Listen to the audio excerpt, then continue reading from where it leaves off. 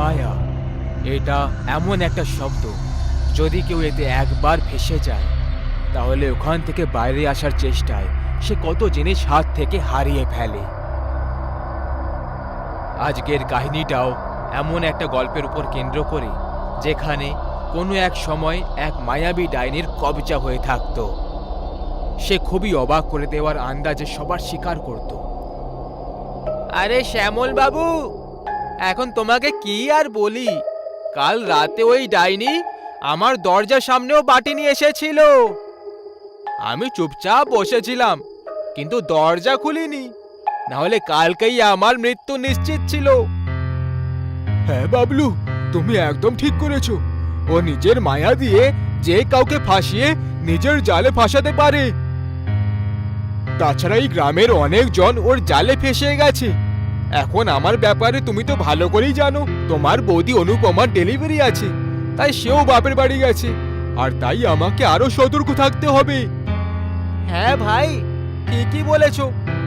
এমনিতেও এই গ্রামে গর্ভবতী মহিলাদের থাকাটা উচিত নয়।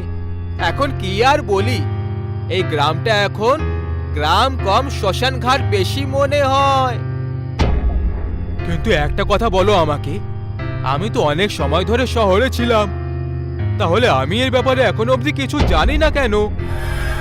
এমন কি বিশেষ আছে ওই ডায়েরির মধ্যে যে সবাই ওর থেকে এত বেশি ভয় পায়? আচ্ছা, তাহলে তুমি এখনো ওই গল্পটা জানোই না? গ্রামের বুড়ো থেকে বাচ্চা অবধি ওই মায়াবী ডাইনির ব্যাপারে জেনে গেছে। বলো ভাই, গল্পটা কি?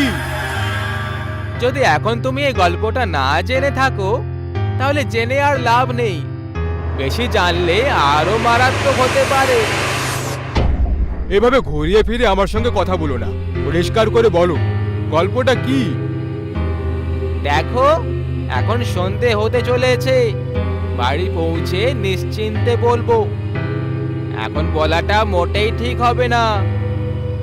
কেমন ভীতু লোক তুমি ভাই! এখন রাস্তাও অনেক লম্বা, কথা বলার জন্য কিছুই বেঁচে নেই। এই লতায় রাস্তাও পার করে নেব তাড়াতাড়ি।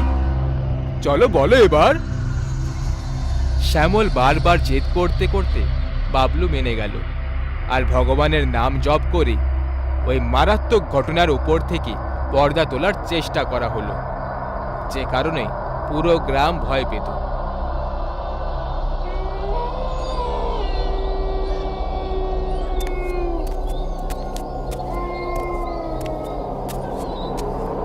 দেখো, এখন তুমি এত জিদ করছো বলে তোমাকে বলতে রাজি তো হলাম, কিন্তু একটা কথা মনে রেখো, যদি রাস্তায় কোনো সময় কোনো রকম ভয়াবহ কিছু অনুভব হয়, তাহলে ভুল করেও পেছনে ঘুরে তাকাবে না, আর না কোনো আওয়াজের পিছু করবে।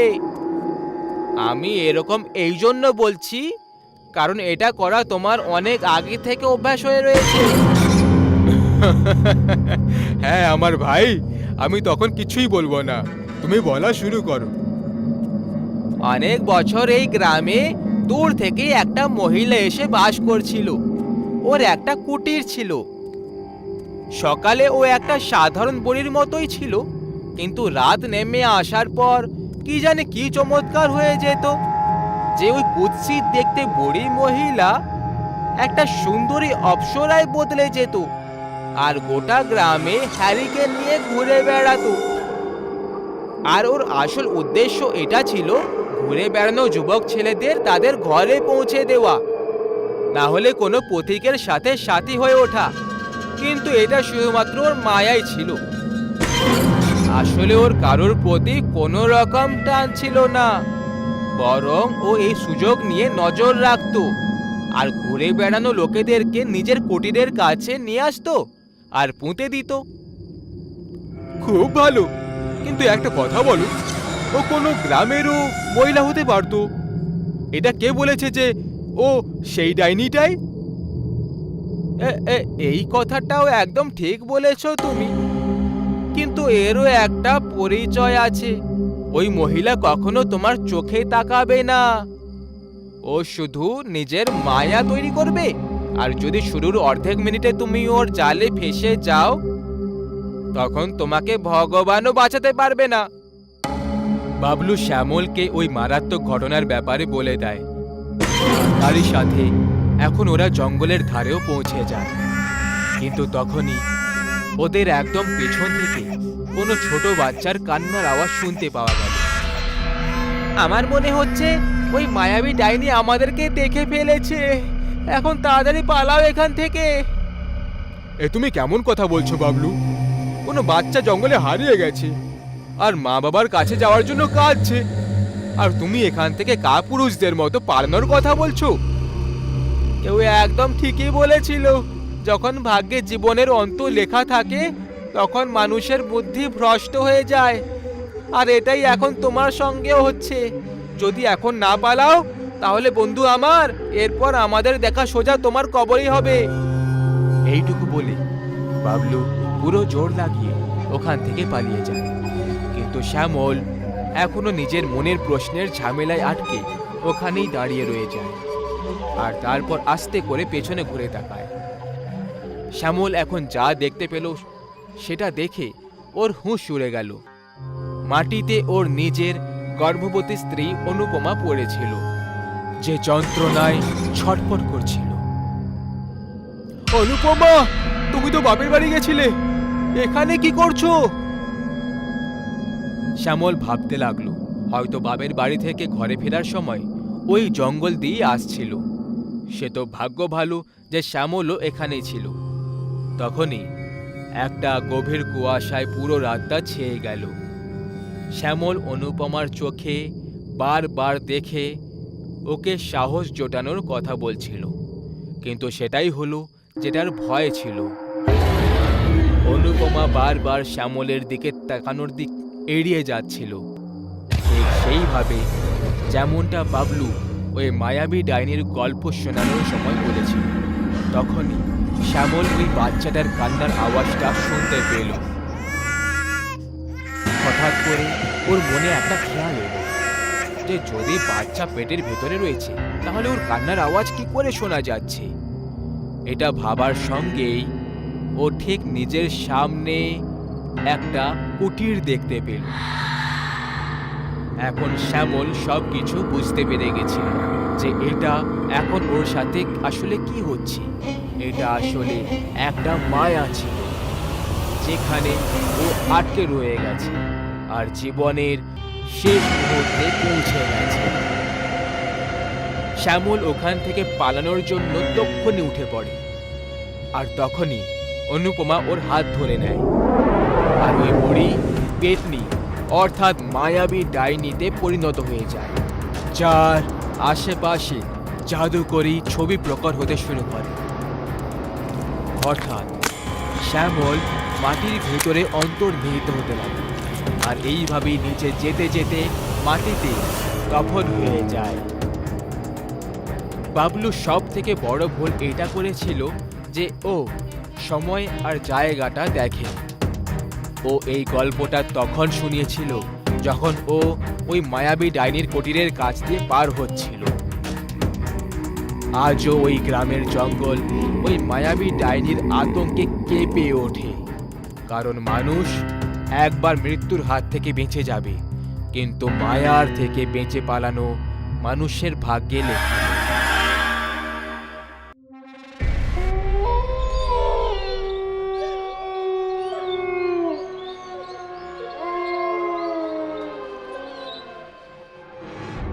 আরে ভাই রনিত, একদিন তোর কারণে মরতে হবে।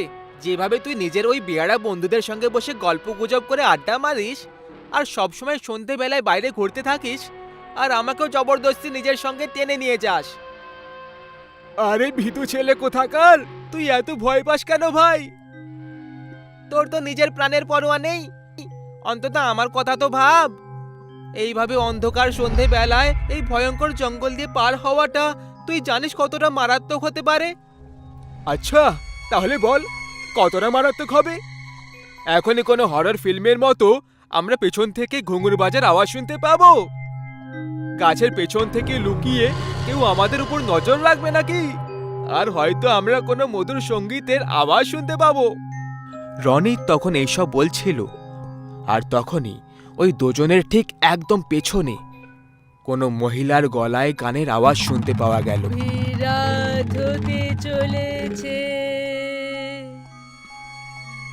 বিপদ আসতে চলেছে, মৃত্যু আসতে চলেছে, মৃত্যু আসতে চলেছে।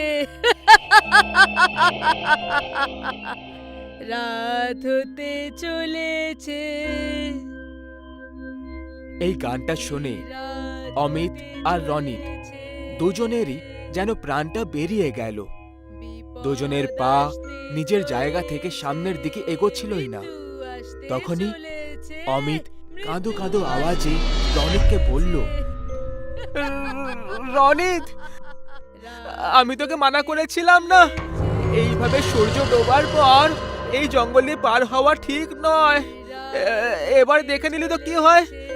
এখন এতে ভূতের কথাটা তোলার কি দরকার ছিল বলতো?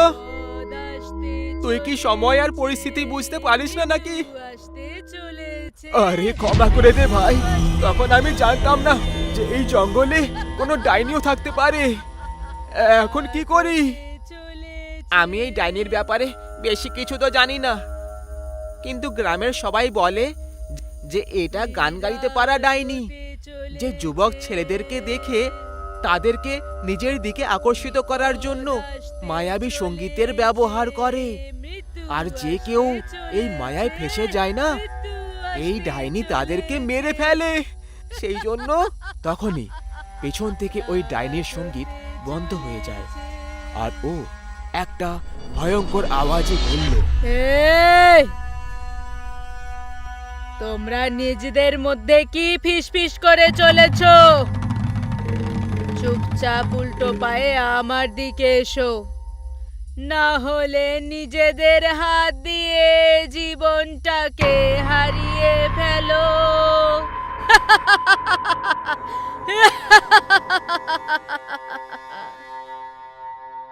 ভাই খুব ভয় লাগছে, এখন কি করি? আমি এখন শুধু একটাই রাস্তা দেখতে পাচ্ছি। সেটা কি? শরীরের পুরো শক্তি লাগিয়ে বেশ পালাও এখান থেকে। অমিত এর আগে রনিতকে থামাতে পারত।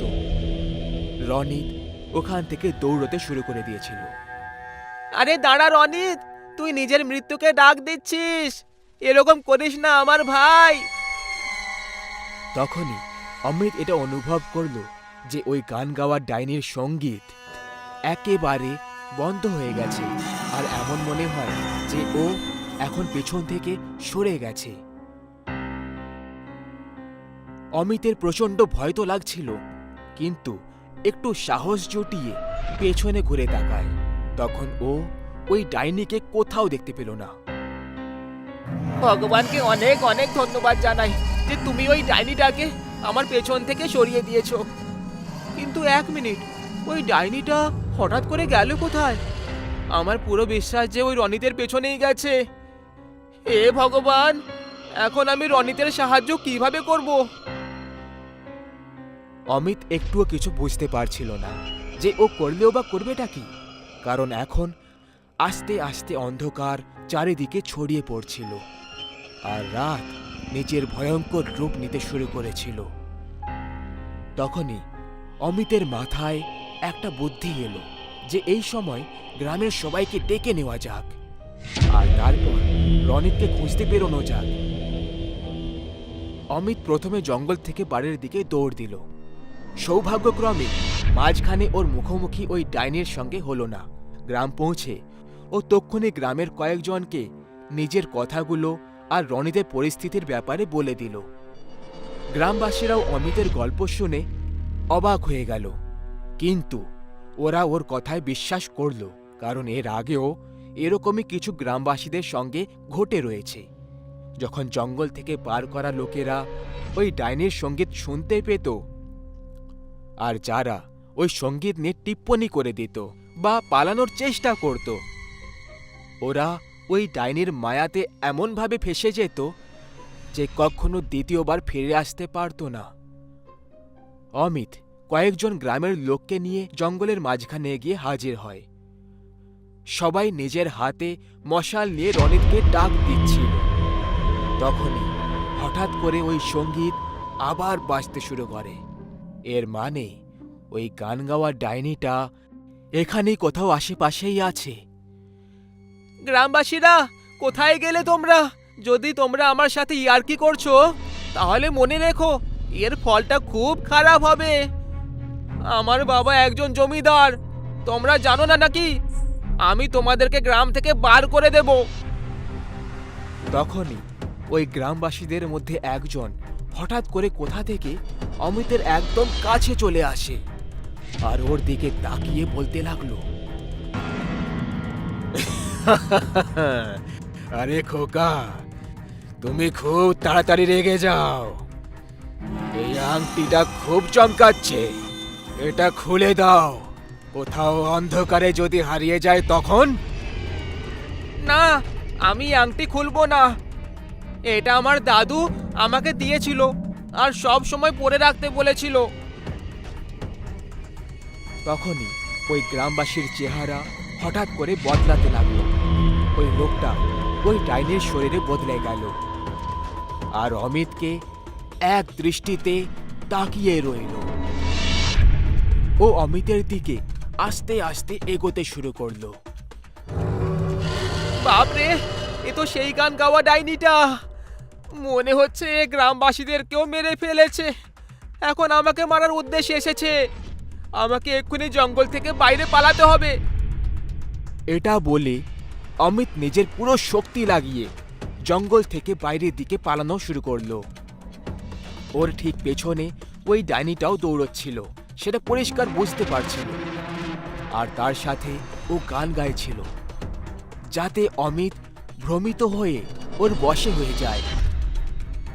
অমিতের ওপর এর আগে ওই গানের প্রভাব পড়া শুরু হতো। অমিত জঙ্গল পার করে নিজের ঘরে পৌঁছে যায়, যেখানে ওর মা বাবা ওর আসার অপেক্ষায় চিন্তা করছিল। আরে খোকা, এত রাতে কোথায় চলে গেছিলি? তুই জানিস তো যে ওই জঙ্গলে কালমুখী ডাইনি থাকে, যে তোদের বয়সী ছেলেদেরকেই লক্ষ্য করে। সে তো ভাগ্য ভালো যে তুই তোর দাদুর দেওয়া চমৎকারী আংটি পরে রেখেছিস। ওটা খুলে দিসনি, যেটা তোকে সুরক্ষিত বাঁচিয়ে রেখেছে।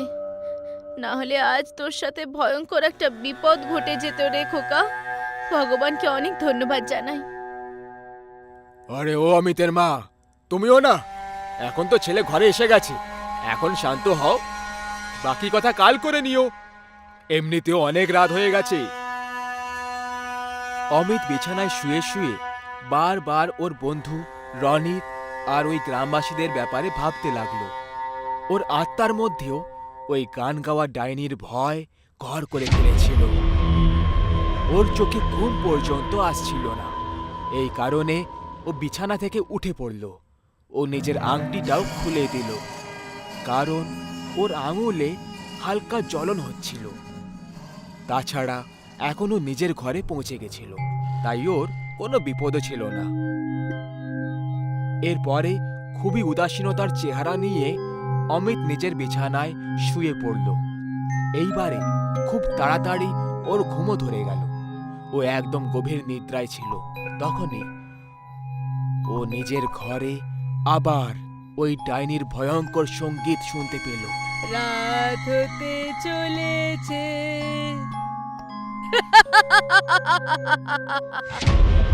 অমিত নিজের বিছানায় একদম অদ্ভুতভাবে ছটপট করতে লাগলো। আর এর সাথে এই সিন এখানেই এন্ড হয়ে যায়। এখন সকাল হয়ে গেছিল। অমিত নিজের ঘুম থেকে জেগে উঠল।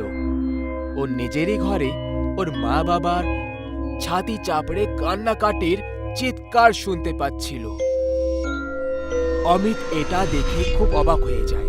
অমিত তখনই টেবিলের দিকে নিজের আংটি নেওয়ার জন্য গিয়ে দেখল, কিন্তু সেখানে ও নিজের আংটিটা পেল না।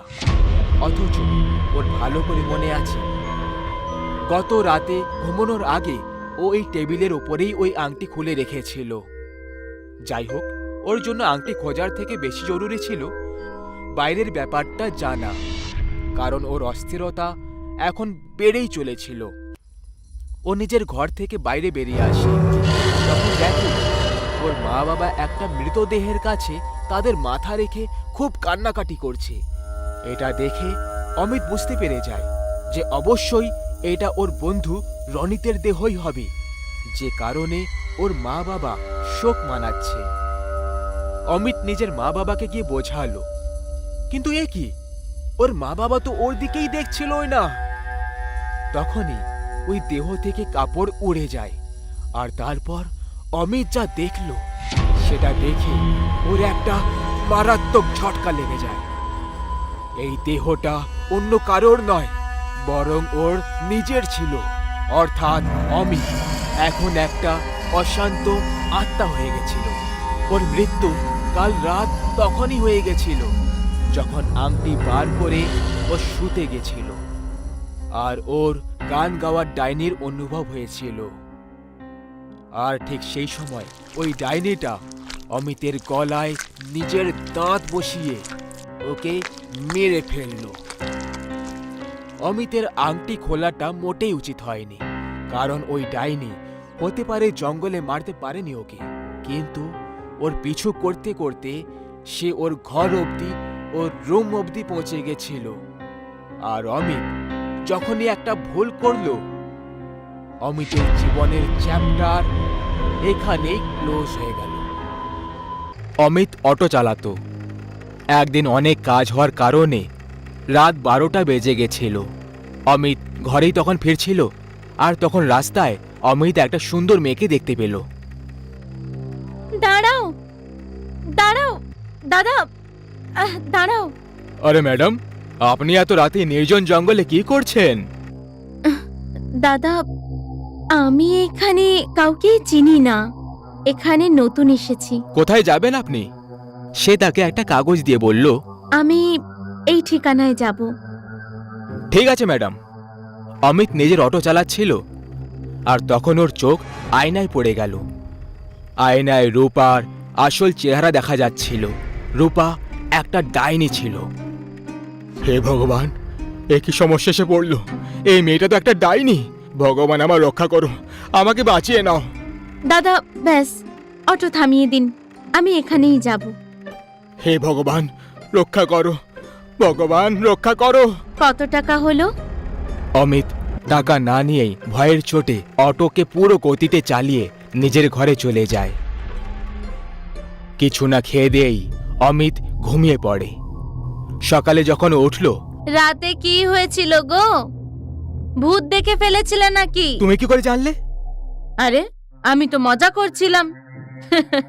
তুমি সোজা এলে আর কোনো কথা বললে না, খাবারও খেলে না, আর গিয়ে শুয়ে পড়লে। আমার কিছু মনে নেই। অমিত আর কমলা নিজেদের মধ্যে কথা বলছিল, আর তখনই রূপা দরজাটা খটখটালো। আমি কি ভেতরে আসতে পারি? রূপাকে দেখে অমিতের ঘাম ঝরতে লেগে গেল। আসুন, ভেতরে আসুন, আসুন। এই এলাকায় আমি নতুন। দাদা কাল আমার থেকে টাকা না নিয়ে ওখান থেকে চলে গেছিলেন। কোনো ব্যাপার নয়। কি হয়েছিল গো? তোমার এত বেশি ঘাম ঝরছে কেন শুনি? গরম, গরমটা আজকে খুব বেশি তো, হয়তো এই জন্য। হ্যাঁ হ্যাঁ। রূপা টাকা দিয়ে চলে গেল। অমিত আর কমলা নিজেদের মধ্যে কথা বলতে লাগলো। তোমার শরীর ঠিক আছে তো? তুমি ওই মেয়েটা থেকে দূরেই থাকবে, তাতেই আমাদের ভালো হবে। আরে, এসব কি বলছো গো তুমি? অমিত কাজ করতে বেরিয়ে চলে যায়। কমলা রূপার সঙ্গে দেখা করতে যায়। আরে দিদি, আপনি এখানে? হ্যাঁ, আমি ভাবলাম তুমি নতুন এসেছো, একা সব জিনিসপত্র ব্যবস্থা করতে পারবে না, এই জন্য আমি এখানে তোমার সাহায্য করতে চলে এলাম। খুব ভালো করেছেন। আচ্ছা, আপনার নাম কি? আমার নাম কমলা। আর তোমার? আমার নাম রূপা। সত্যি বলতে দাদা খুবই ভালো, উনি রাতে আমার সাহায্য করেছিলেন। রূপা নামটা খুবই সুন্দর। যদি তোমার কিছু সাহায্য লাগে তাহলে আমায় অবশ্যই বলো। কমলা ওখানে এক অদ্ভুত গন্ধ অনুভব করলো, আর ও ঘরে চলে গেল। রাত হয়ে গেল। অমিত আর কমলা তখন শুয়ে পড়েছিল। তখনই কমলা অদ্ভুত রকমের আওয়াজ শুনতে পেয়ে গেল। কমলা জানলা দিয়ে উঁকি মেরে বাইরে দেখল তখন সে ডাইনিকে দেখতে পেল। ডাইনি, ডাইনি, আমি ছাড়বো না, ছাড়বো না আমি। আরে ওঠো গো, আরে ওঠো না, দেখো না বাইরে কে এসেছে। ডাইনি, আমি জানতাম এটাই হবে। এখন কেউ বাঁচবে না, আমরা সবাই মারা পড়বো। কি, তুমি এটা জানতে? হ্যাঁ, কিছু না, চুপচাপ শুয়ে পড়ো। দুজনে ঘুমিয়ে পড়ল। সকালে উঠেই অমিত এলাকার প্রধানের সঙ্গে কথা বলতে চলে গেল। প্রধানের সঙ্গে অমিতের বন্ধু সুমিত ছিল। অমিত, কি হয়েছে? খুব ভয় ভয় লাগছো। প্রধান বাবু, আমাদের কিছু একটা করতে হবে। কিন্তু হয়েছেটা কি আগে বলবে তবে না। আমাদের এলাকায় ডাইনি রয়েছে। কাল রাতে আমি আর আমার স্ত্রী কমলা দুজন ওই ডাইনিটাকে দেখেছি। ডাইনি কিছু বলছিল? হ্যাঁ, বলল যে রাতে আমি যাকে দেখে ফেলবো তাকে আমি ছাড়বো না। তুমি নিশ্চয়ই কোনো স্বপ্ন দেখেছো। আরে আমাদের এলাকায় কোনো ডাইনি নেই। প্রধানবাবু ওখান থেকে চলে গেল। অমিত আর সুমিত নিজেদের মধ্যে কথা বলতে লাগলো। অমিত, আমাদের এলাকায় একটা নতুন মেয়ে এসেছে রে, খুব সুন্দরী, ওকে আমার খুব পছন্দ। সুমিত, তুমি দূরে থাকবে ওই মেয়েটার থেকে। কি হয়েছে, এইভাবে কেন বলছো? কারণ ওই মেয়েটাই আসল ডাইনি। তুমিও না দারুণ মজা করো ভাই। আমার কথা তোমাকে বিশ্বাস করতে হবে না, একদিন পছতাবে। একদিন প্রধানবাবু রাস্তা দিয়ে যাচ্ছিল, তখন সামনে থেকে রূপাকে আসতে দেখে দাঁড়িয়ে পড়ল। তাহলে তুমি সেই নতুন মেয়ে? হ্যাঁ, কিন্তু আপনি কে? আমি হলাম এই এলাকার প্রধান বাবু। আচ্ছা, তাহলে আপনি সেই প্রধান বাবু। আপনার যদি এখানে কোনো রকম সাহায্যের দরকার হয় তাহলে আমাকে বলে দেবেন। সাহায্য? সেটা তো তোর দরকার হবে আজকে। কিছু বললেন আপনি? কিছু না, আজ রাতে আপনি আমার বাড়িতে আসুন খাবার খেতে। রাত হয়ে গেল। অমিত আর তার স্ত্রী কমলা দুজনে ঘুমাতে পারে না। ওরা দুজন রাতে অদ্ভুত রকমের আওয়াজ শুনতে পায়। তখনই অমিত বাইরে প্রধান বাবুকে দেখতে পায়। এই প্রধান বাবু একে এত রাতের বাইরে কি করছে? হবে কিছু কাজ করতে দাও না ওকে। আজ প্রধান ডাইনির হাত থেকে বাঁচবে না। তখনই রূপা প্রধানের কাছে চলে আসে। এখন এই রূপা প্রধানের কাছে কেন চলে এলো? সেই সময় রূপা ডাইনি রূপ ধারণ করে নেয়। হে ভগবান, রূপাই তো আসল ডাইনি। কমলা লুকিয়ে লুকিয়ে সব দেখতে থাকে। তখনই ডাইনি প্রধানের গলা ধরে হাওয়ায় চাকিয়ে ধরে। তোমার এত সাহস যে তুমি আমার কাছে আসবে? আমাকে ক্ষমা করে দাও, আমি ভুল করে ফেলেছি, আমাকে যেতে দাও। হ্যাঁ, আমি তোকে ছেড়ে দেব একেবারে চিরকালের জন্য। ডাইনি প্রধানের রক্ত চুষে চুষে তাকে মেরে ফেলে। এই সব দেখে অমিত আর কমলা খুব ভয় পেয়ে যায়। সকালে দুজনে নিজেদের মধ্যে কথা বলতে লাগে। এখন আমাদের কি হবে? এই রূপা এইভাবেই আমাদের সকলকে এক এক করে মেরে ফেলবে গো। এখন ভগবানই বাঁচাবে আমাদের সবাইকে। আমরা না এই জায়গাটা চিরকালের জন্য ছেড়ে দিয়ে চলে যাব। হ্যাঁ, এটাই ঠিক হবে। আমি আজ কিছু টাকা ধার করে নিয়ে আসছি, কাল আমরা এই এলাকাটা চিরকালের জন্য ছেড়ে দিয়ে চলে যাব। অমিত কাজের জন্য বেরিয়ে চলে যায়। কমলা ঘরে একাই থাকে। তখনই রূপা ওখানে চলে আসে। আমার বাড়িতে চিনি শেষ হয়ে গেছে, একটু কি চিনি পাওয়া যাবে? আজ এই ডাইনি আমাকে মেরে ফেলবে, আমার রক্ত খেয়ে ফেলবে। দিদি, দিদি, কি এত ভেবে চলেছো তুমি? কিছু না রূপা, কি যেন চাই তোমার? একটু চিনি দরকার ছিল। হ্যাঁ, এক্ষুনি নিয়ে আসছি। কমলা রূপাকে চিনি দিয়ে দিল। রূপা তারপর চলে গেল। রাত অনেক হয়ে গেল। অমিত অটো নিয়ে বাড়ি ফিরছিল। আজকেও অনেক রাত হয়ে গেছে, ওই ডাইনির হাতে যদি আমি পড়ে যাই তাহলে জ্যান্ত বাঁচবো না। তখনই অমিত সুমিতকে দেখতে পেয়ে যায়। অমিত তারপর অটো থামিয়ে দিল।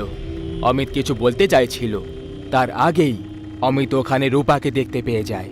হে ভগবান, এ তো ডাইনি রূপা। আজকে ও আমার বন্ধু সুমিতকে ছাড়বে না। আমি সুমিতকে মানা করেছিলাম, ও আমার কথা শুনলো না। যাই হোক না কেন, ওকে আমাকে বাঁচাতেই হবে। অমিত দুজনের পেছনে আসতে লাগলো। তখনই অমিত দুজনের কথাগুলো শুনতে পেয়ে গেল, আর অমিত লুকিয়ে লুকিয়ে শুনতে লাগলো। রূপা, তুমি সত্যিই খুব সুন্দর। সুন্দর? আর আমি? এটা বলে রূপা ডাইনির রূপ ধারণ করে নেয়। ডাইনি? এখন কেমন লাগছি তোকে আমি? হ্যাঁ, খুব সুন্দর তাই না? খুব সুন্দর তাই না? আমাকে ছেড়ে দাও, বাঁচাও, বাঁচাও। অমিত কিছু করতে পারত, তার আগেই ডাইনি সুমিতের গলা ভেঙে দেয় আর তার রক্ত খেতে লেগে যায়। অমিত এই সব দেখে ভয় পেয়ে তাড়াতাড়ি করে অটো নিয়ে বাড়ি চলে যায়। কি হলো গো, এত দেরি কি করে হয়ে গেল? হ্যাঁ, আর এত ভয় পেয়ে আছো কেন? হ্যাঁ, কমলা, ওই ডাইনিটা সুমিতকে আমার সামনে মেরে দিল। আমি ওখানেই ছিলাম, সব দেখছিলাম, কিন্তু কিছুই করতে পারলাম না। কি সুমিতকে মেরে দিয়েছে ওই ডাইনিটা? হ্যাঁ, এখন এই ডাইনিটার কিছু করতেই হবে, না হলে আমাদের মধ্যে কেউই জ্যান্ত বাঁচবো না। আমি একজন বাবাকে চিনি, উনি আমাদের সাহায্য অবশ্যই করবেন। অমিত আর কমলা সকাল হতেই বাবার কাছে চলে যায় আর বাবাকে পুরো ঘটনার ব্যাপারে বলে দেয়। খোকা, আমি তোমার বন্ধুদের তো ফেরত আনতে পারবো না, কিন্তু এই ডাইনিকে আমি ছাড়বো না। এখন আর একটাও প্রাণ যাবে না। বাবা, দয়া করে কিছু করুন। এর সমাধান আছে, আমি যা বলবো ব্যাস তোমরা ওইটুকু করে রেখে দিও। আমি কাল তোমাদের ঘরে আসব। আপনি বলুন আমাদের কি করতে হবে? অনেকগুলো কাঠ জড়ো করে রেখে দিও, আর কাউকে কিছু বলবে না যে এইসব আমি তোমাকে করতে বলেছি।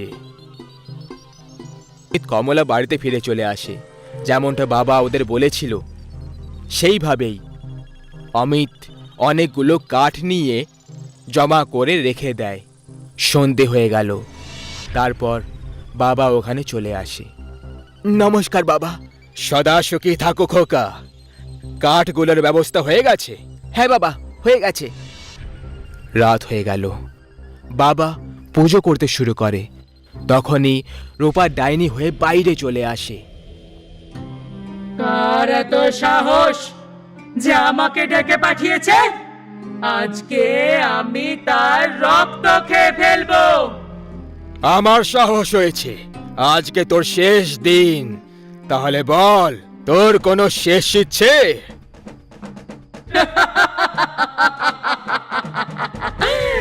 হ্যাঁ, তোর রক্ত খেতে চাই। অমিত, কাঠগুলোয় আগুন লাগাও। অমিত কাঠগুলোতে আগুন লাগিয়ে দেয়। বাবা মন্ত্র পড়তে শুরু করে দেয়। ডাইনি যখনই বাবাকে মারার চেষ্টা করলো, বাবা ডাইনিকে আগুনে ধাক্কা দিয়ে দেয় আর ডাইনি আগুনে পুড়ে মরে যায়। এবার এই ডাইনি শেষ হয়ে গেছে, দ্বিতীয়বার কখনো ফেরত আসবে না। অনেক অনেক ধন্যবাদ বাবা। সেই দিনের পরে ডাইনি দ্বিতীয়বার কখনো আসেনি। অমিত আর কমলা হাসি খুশিতে থাকতে লাগলো। সৌরভ নিজের স্ত্রী আর 2 বাচ্চার সঙ্গে নিজের পরের জীবনটা খুব আনন্দে হাসি খুশিতে কাটাতে চেয়েছিল। ওর একটা বড় আর খুব সুন্দর একটা ঘরের দরকার ছিল, যেখানে ও নিজের পরিবারের সাথে শান্তিতে থাকতে পারত। এরই মাঝখানে একজন ব্রোকার ওকে একটা ঘরের ব্যাপারে বলল, যেটা শহরের একেবারে কোণে রয়েছে, একদম কোনো ফার্ম হাউসের মতো।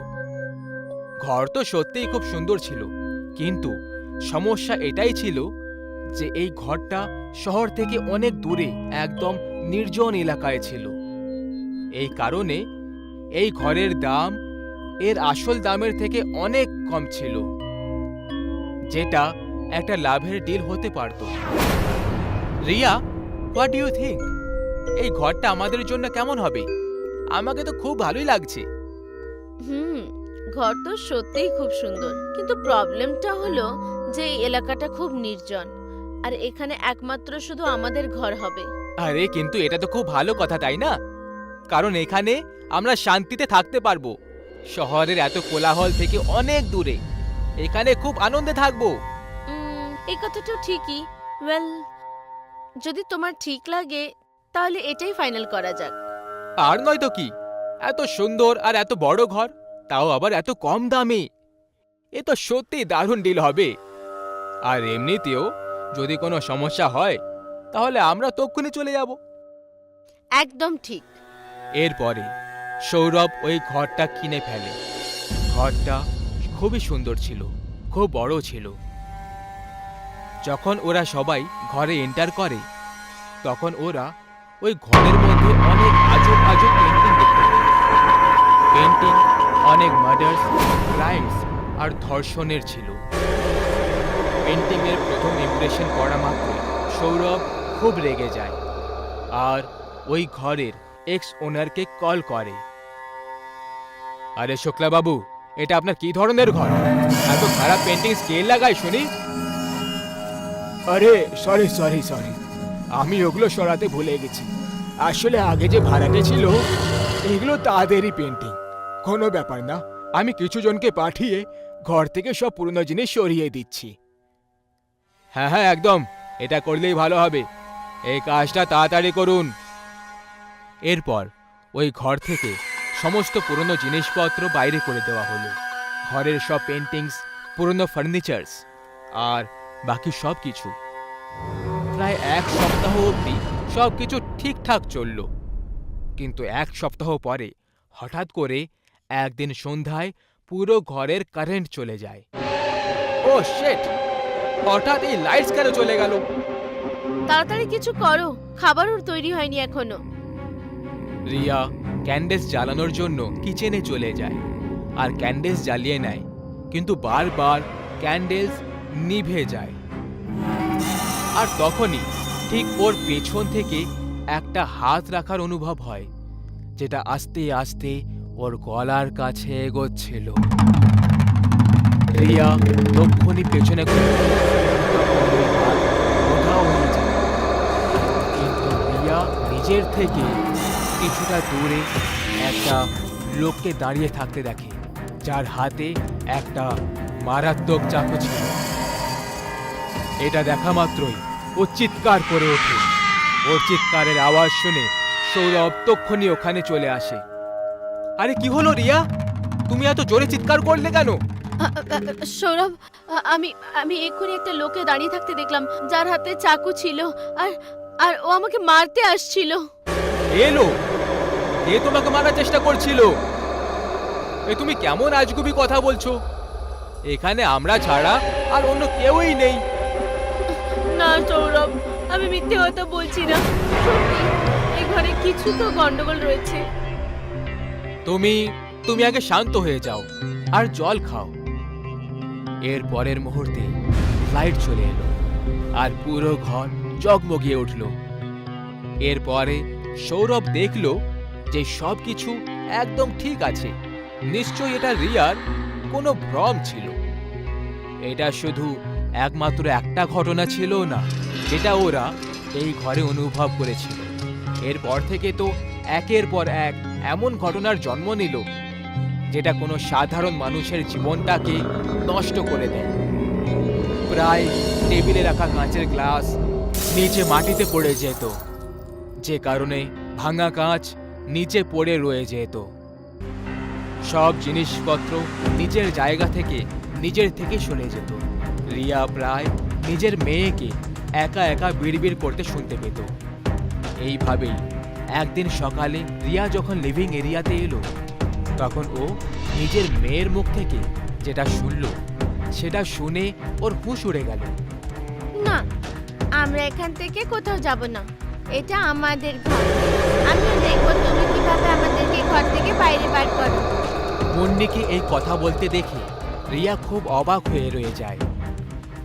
ওই কথাটা সৌরভকে গিয়ে বলল, কিন্তু সৌরভ ওকে বাচ্চার একটা মজার ছেলে খেলা ভেবে একেবারে চোখের আড়াল করে দিল।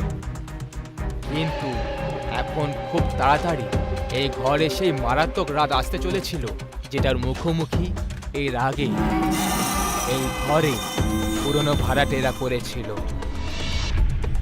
আজ অমাবস্যার রাত ছিল, যখন কালো মেঘ ছেয়ে গেছিল। পুরো পরিবার নিজেদের রুমে শান্তিতে ঘুমোচ্ছিল। তখনই দরজায় একজন খটখট করল। খটখট আওয়াজ শুনে রিয়া হঠাৎ অবাক হয়ে রয়ে যায়, আর দরজায় কে আছে এটা দেখার জন্য ও দরজার দিকে এগিয়ে গেল। কিন্তু তখনই ও মনে মনে এটা ভাবল যে এইভাবে মাঝরাতে দরজায় খটখট করাটা এটা সাধারণ ব্যাপার না। সেই জন্য সোজা দরজা খোলাটা উচিত হবে না, আগে জানলা দিয়ে দেখে নেওয়া উচিত। যখনই রিয়া জানলাটা হালকা সরিয়ে বাইরে উঁকি মেরে দেখল, ওর চোখ দুটো একেবারে খোলাই রয়ে গেল। একটা মাথা না থাকা লোক একটা কুড়ুল হাতে নিয়ে বারবার দরজা পিটে যাচ্ছিল। বারবার এই আওয়াজ আসার জন্য সৌরভও জেগে গেল আর বাইরে লিভিং এরিয়াতে চলে এলো, যেখানে ভয়ের চোটে রিয়া তখন ব্যাস নিজেকে সামলানোর চেষ্টাই করছিল। রিয়া, কি হয়েছে? তুমি এইভাবে পুতুলের মতো কেন দাঁড়িয়ে আছো? তখনই ঘরের চারিদিক থেকে ভয়ঙ্কর আওয়াজ গর্জন করতে লাগলো। হঠাৎ এটা শুনে সৌরভও একদম অস্থির হয়ে পড়ে। তখনই ওর নজর সামনে রিয়ার উপর পড়ে যায়, যে নিজের চুল দিয়ে মুখটাকে ঢেকে নিয়েছিল। এই আওয়াজগুলোর মাঝখানে হঠাৎ ওর নিজের বাচ্চাদের কথা মনে পড়ল, যারা রুমের ভেতরে একা ছিল। সৌরভ দৌড়তে দৌড়তে নিজের রুমের দিকে গেল, কিন্তু দরজা অবধি পৌঁছানোর পরে ওর একটা জোরে ঝটকা লাগলো। দেখলো ওর বাচ্চাদের মধ্যে কোনো শয়তান আত্মার প্রবেশ করে গেছে, আর তারা রুমের দেওয়ালে কোনো টিকটিকির মতো চলে যাচ্ছে। এটা দেখে ও একদম হতবাক হয়ে রয়ে যায়। ঘরের পরিবেশ থেকে আসা সেই ভয়ঙ্কর চিৎকার থামার নামই নিচ্ছিল না। সৌরভ দৌড়ে দৌড়ে আবার নিচে রিয়ার কাছে চলে যায়, কিন্তু রিয়া তো ওখান থেকে উধাও ছিল। তখন হঠাৎ পুরো ঘরে অন্ধকার ছেয়ে গেল। ঠিক সেই সময় কেউ আস্তে করে সৌরভের কাঁধে হাত রেখে দেয়। যখন ও আস্তে পেছনে ঘুরে তাকালো, তখন দেখলো ও রিয়া ছিল, যার চোখ একেবারে লাল হয়ে গেছিল আর মুখের ভেতর থেকে দুটো ধারালো দাঁত বাইরে বেরিয়ে এসেছিল। ও সৌরভকে সোজা গলা ধরিয়ে চাকিয়ে নিল। আরে এটা তুমি কি করছো রিয়া? তুমি কি পাগল হয়ে গেছো? যেভাবে এক রাত্রে আমাদের পরিবারকে অকারণে মেরে দেওয়া হয়েছিল, তারপর ঠিক সেইভাবেই এই ঘরে যারা আসে সেই কোনো পরিবারই সুখী থাকতে পারবে না। তোর বউ বাচ্চা সবাই তো অনেক আগেই মরে গেছে, আর এখন তোর পালা। এইটুকু বলে রিয়া সৌরভকে একদম দ্রুত গতিতে সামনে পড়ে থাকা পিলারের দিকে ছুঁড়ে দেয়, যে কারণে ওর খুব গম্ভীর আঘাত লেগে যায়। আর তারপর রিয়া একটা ধারালো চাকু নিয়ে ওর দিকে এগিয়ে আসে, আর তারপর ওর শরীর থেকে বেঁচে থাকা প্রাণটাও বাইরে বের করে নেয়। কথাই বলে, যখনই আপনি নিজের ঘর কিনবেন তাহলে ভালো করে খোঁজ খবর অবশ্যই করে নেবেন, কারণ অনেক ঘরের গল্প অনেক ভয়ঙ্কর হয়ে থাকে। যেটার পরিণাম কল্পনা করা মাত্রই শরীরে মৃত্যুর ভয়ের নদী বইয়ে দেয়। এই পরিবারের সাথেও কিছুটা এরকমই হলো। এরাও ফেসে গেল এমন একটা ঘরের যেটা অভিশপ্ত ছিল। ওই অভিশপ্ত ঘরের ইতিহাস কিছুটা এই রকমের যে অনেক বছর আগে এই ঘরেই একটা পরিবার বাস করত। এখন কারণ এই ঘর শহর থেকে একদম আলাদা একটা নির্জন এলাকায় অবস্থিত, তাই এই কারণে এই ঘরটাকে তাক করাটা ডাকাতদের জন্য খুব সহজ ছিল। এক রাতে কিছুটা এইভাবেই দরজা খটখটানোর পরে পরিবারের লোকেরা দরজা খুলল। তখন দুজন ডাকাত ভেতরে প্রবেশ করে আর তারা প্রথমে সব সোনা গয়না টাকা লুটে নেয় আর হাতাপাই করার সময় পুরো পরিবারকে মেরে ফেলে। তখন থেকে এই ঘর পুরোভাবে অভিশপ্ত হয়ে গেছে, আর যে কেউ এখানে থাকার জন্য আসে তারা আর জ্যান্ত ফিরে যায় না। মনীষ, কপিল আর মহেশ নামের 3 জন ভালো বন্ধু ছিল। মনীষের বিয়ে হওয়ার কথা ছিল। ভাই মনীষ, আমাদের জন্য কিছু ভালো ব্যবস্থা করা না। আরে ভাই, চিন্তা করছিস কেন? সবার জন্য ভালো ব্যবস্থাই করা থাকবে। তোরা চল তো আগে, তারপর দেখবি। চল, ভালোই হলো। আমি আর কপিল দুজনে একসঙ্গে চলে আসব। কপিল নিজের বাড়িতে এসে মাকে এই কথাটা বলে দেয়। ওই রাস্তাটা তো কবরস্থানের কাছে। আমি শুনেছি ওটা নাকি খুব বিপজ্জনক রাস্তা। আরে মা, তুমি এত চিন্তা করছো কেন? আমি ওখানে একা যাচ্ছি না, আমার সাথে মহেশও যাবে, আর আমরা কারে করে যাব, তাই কিছুই হবে না। কিছুদিন পরে দুজনে তাদের শহর থেকে দূরে অন্য শহরে বিয়ে অ্যাটেন্ড করার জন্য বেরিয়ে পড়ল। মহেশ ভাই, আজ তো মনীষের বিয়েতে জমিয়ে নাচ করব, খাবো, মদ খাবো আর অনেক মজা করব।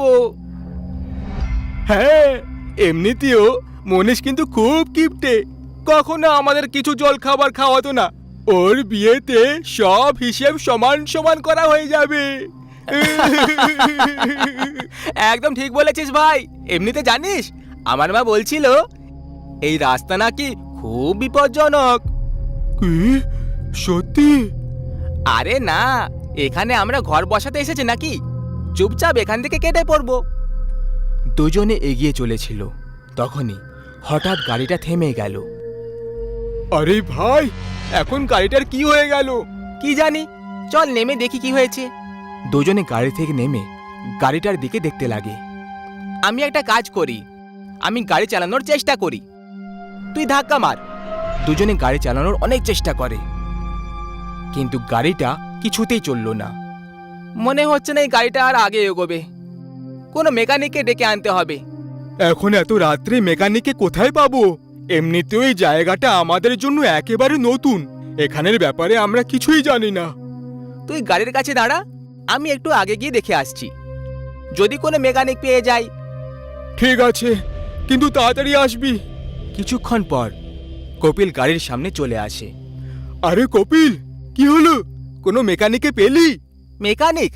আরে না না, কোনো মেকানিককে পেলাম না। তাহলে এখন আমরা কি করব? হ্যাঁ, একটা কাজ করা যাবে, কারোর থেকে লিফট চেয়ে নিই আর বিয়ে বাড়ি চলে যাই, পরে গাড়ি ডাকিয়ে নেওয়া হবে। চল, এটাও ভালো বলেছিস। দুজন বন্ধু লিফট চাইতে লাগলো, কিন্তু কেউই লিফট দিল না। তখনই মহেশ কিছু অদ্ভুত আওয়াজ শুনতে পেয়ে গেল। ভাই কপিল, তুই কিছু অদ্ভুত আওয়াজ শুনতে পেলি? না তো, আমি তো কিছু শুনতে পাচ্ছি না। আর তুই একদম চুপ থাক, ভয় কেন পাচ্ছিস? তখনই মহেশের নজর একটা বোর্ডের ওপর পড়ে যায়, যেটা খুব চমকাচ্ছিল। কপিল, ওই দেখ। কি? সামনে দেখ, ওপরে কবরস্থান লেখা আছে। এর মানে আমরা কবরস্থানের কাছে আছি। তো কি হয়েছে? তুই চুপচাপ কেন থাকতে পারিস না? আমরা কবরস্থানে যাচ্ছি না, আমরা লিফটের অপেক্ষা করছি। তুই এখানে চুপচাপ দাঁড়িয়ে থাক আর লিফট চাইতে থাক, অযথা ভয় দেখাস না। কিছুক্ষণ পর অনেক জোরে জোরে অদ্ভুত রকমের আওয়াজ আসতে শুরু হয়ে গেল। ভাই কপিল, তুই এখনো কোনো অদ্ভুত অদ্ভুত আওয়াজ শুনতে পাচ্ছিস না? হ্যাঁ ভাই, এখন তো আমিও অদ্ভুত রকমের আওয়াজ শুনতে পাচ্ছি। মহেশ, চল আমরা এখান থেকে কোথাও দূরে চলে যাই। হ্যাঁ ঠিক আছে, চল। দুজনে ওখান থেকে দৌড়তে শুরু করে। তখনই রাস্তায় ওরা একজন বুড়ো বাবাকে দেখতে পেয়ে গেল। কি হয়েছে বাচ্চারা, কেন দৌড়ে চলেছো? বাবা, এখন আমরা আপনার সঙ্গে কথা বলতে পারবো না, আমাদের ক্ষমা করবেন। বাচ্চারা, এটা কিন্তু খুব মারাত্মক জায়গা, এখানে তোমরা সবাই সুরক্ষিত নও। আমি তোমাদেরকে একটা রাস্তা বলে দিচ্ছি, সেই রাস্তা দিয়ে যেও, সেখানে তোমরা একদম সুরক্ষিত থাকবে। ঠিক আছে, বলুন, তাড়াতাড়ি বলুন। বাবা কপিল আর মহেশকে রাস্তা বলে দিলেন। ওরা দুজন আগে এগোতে লাগলো। কপিল, বাবা এখান থেকে ডান দিকে মুড়তে বলেছিল, চল যাই তাহলে। দুজনে ডান দিকে মুড়ে যায় আর এগিয়ে যেতে থাকে। তখনই দেখে ওরা দুজন আবার কবরস্থানের ভেতরে পৌঁছে গেছে। এটা কি হয়ে গেল? বাবা তো বলেছিল এই রাস্তা একদম সুরক্ষিত, কিন্তু সে তো আমাদেরকেই কবরস্থানে পৌঁছে দিল। যখনই দুজনে পালাতে লাগলো, চারিদিক দিয়ে ঘেরাবন্দি শুরু হয়ে গেল আর দুজনে আর পালাতে পারল না। মনে হচ্ছে আমরা খুব বড়ভাবে ফেসে গেছি। বাঁচাও, বাঁচাও, কেউ আমাদের বাঁচাও। মহেশ খুব চিৎকার করে, কিন্তু কেউই ওখানে ওদের বাঁচাতে এলো না। কবরস্থান থেকে আজব আজব রকমের আওয়াজ আসতে শুরু হয়। কপিল, কোনো উপায় নেই যেখান থেকে আমরা এই জায়গা থেকে বেরোতে পারবো?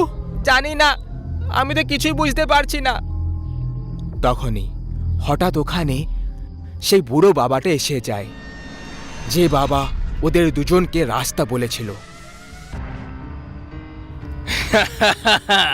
বেচারা বাচ্চারা, ফেসে গেলে আমার কথা শুনে।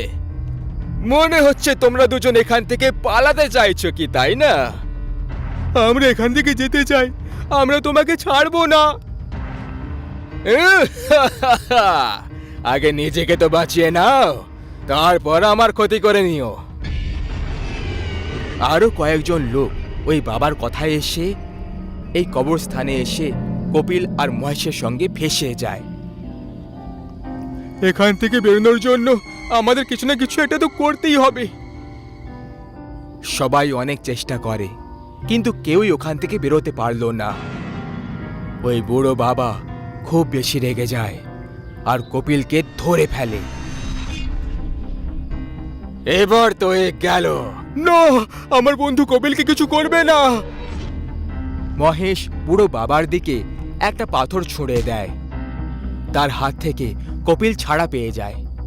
তাড়াতাড়ি চল এখান থেকে, আমরা পালিয়ে যাই, চল। এখন কিছুক্ষণ অবধি সামলাতে পারবে না। কপিল মহেশের কাছে এলো না। কি হলো কপিল, তুই যাচ্ছিস না কেন? তখনই কপিল এক ভয়ঙ্কর ভূতের রূপ ধারণ করে নেয়। কপিল, কে কপিল? আমি এই কবরস্থানের ভূত। তোর বন্ধু কপিল, ও তো কবেই আমার শিকার হয়ে গেছে। আমি ওর শরীরে এতক্ষণ ঘুরে বেড়াচ্ছিলাম, যাতে আমি তোদের সবাইকে আমার শিকার বানাতে পারি। ভূত ওই বুড়ো বাবাকে ধরে ফেলে আর এক ঝটকাতে গলা টিপে তাকে শেষ করে ফেলে।